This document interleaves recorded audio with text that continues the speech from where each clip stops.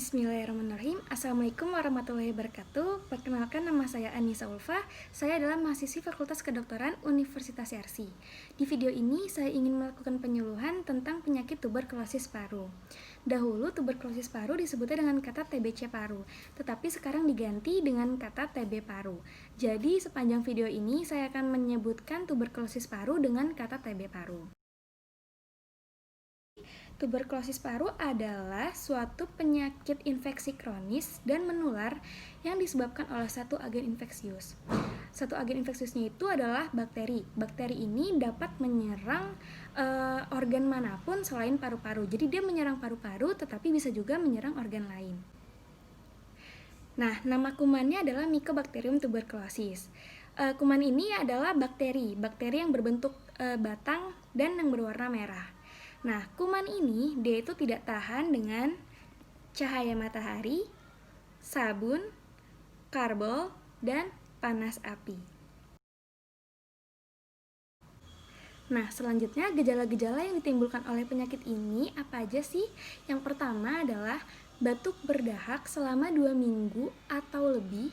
Lalu ada pula gejala-gejala lainnya seperti demam, batuk berdarah, sesak, nafsu makan berkurang, berat badan menurun, lemas, dan berkeringat pada malam hari.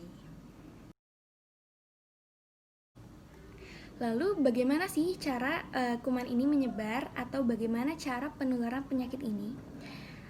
Ketika orang sakit TB paru berkontak langsung dengan orang yang sehat, dia akan mengeluarkan kumannya dari saluran pernafasannya keluar dalam bentuk percikan dahak.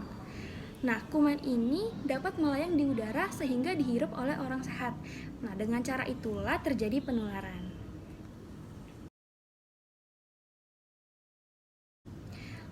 Selanjutnya, faktor-faktor risiko terjadinya penyakit ini. Yang pertama adalah kondisi sistem imun yang lemah. Yang kedua, kurangnya nutrisi yang cukup di tubuh. Yang ketiga adalah usia muda, karena usia muda ini imun tubuhnya juga masih lemah. Lalu yang keempat ada diabetes. Yang kelima ada petugas kesehatan. Nah, selanjutnya bagaimana cara untuk mendiagnosis TB? Yang pertama adalah anamnesis. Anamnesis itu ketika dokter dan pasien bertanya jawab gejala-gejala apa saja yang dirasakan oleh pasien. Lalu dilanjutkan oleh pemeriksaan lab. Pemeriksaan labnya adalah dilakukan pemeriksaan dahak 2 kali, yaitu sewaktu dan pagi hari. Lalu dilanjutkan dengan pemeriksaan penunjang lainnya, seperti foto ronsen dada. Selanjutnya pengobatan TB paru. Pengobatan TB paru ini harus dilakukan selama minimal 6 bulan. Kenapa? Karena kuman ini sangat susah dimatikannya. Dan obat-obatannya juga harus diminum setiap hari, tidak boleh terlewati 1 hari pun. Maka dari itu, penderita TB paru ini biasanya mempunyai seorang pengawas menelan obat yang gunanya adalah untuk mengawasi pasien agar meminum obatnya setiap hari. Nah, selanjutnya pencegahan TB paru. Pencegahan TB paru itu yang pertama adalah hindari kontak langsung dengan penderita TB aktif. Yang kedua, menjaga standar hidup yang baik, memakan makanan yang bergizi, menjaga lingkungan, menjaga kebugaran tubuh. Dan yang ketiga adalah pemberian vaksin BCG atau vaksin Bacillus Calmette-Guerin.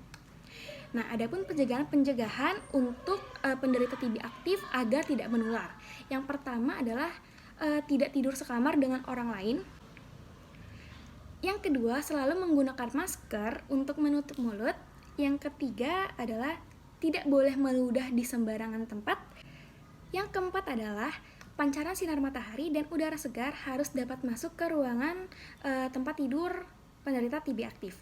Lalu yang kelima adalah semua barang penderita TB aktif tidak boleh digunakan oleh orang lain. Misalnya sendok, gelas, piring itu tidak boleh digunakan oleh orang lain.